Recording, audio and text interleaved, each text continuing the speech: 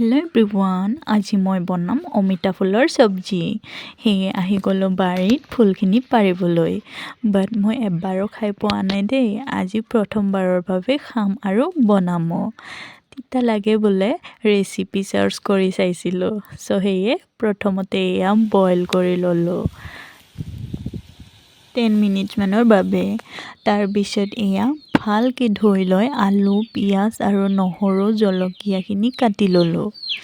কেৰাহীটো জুইত পাতি তেল দিলোঁ আৰু গৰম হোৱাত পিঁয়াজখিনি দি দিলোঁ।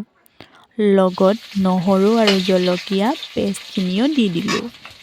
তাৰপিছত ভালকৈ লৰাই হালধি সোৱাদ অনুযায়ী নিমখো দি ল'লোঁ।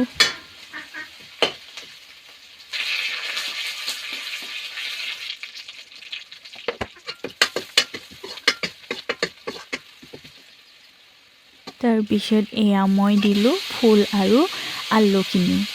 তাৰপিছত লৰাই পেলাই ঢাকনি দি পেলাই অলপ সময় আলুখিনি সিজিব দিলোঁ। ফুলখিনি কিন্তু সোনকালেকৈ সিজি যায়, বাট আলুখিনি সিজোঁতে অলপ সময় লাগে। কটাটো ডাঙৰ হৈছিলে, সেয়ে সিজোঁতে ফুলখিনি অলপ পৰি গ'ল। বাট বেয়া লগা নাই, ভালে লাগিলে। আপোনালোকেও বনাই খাই চাব পাৰা। বাট আলুখিনি কাটোতে সৰু সৰুকৈ কাটি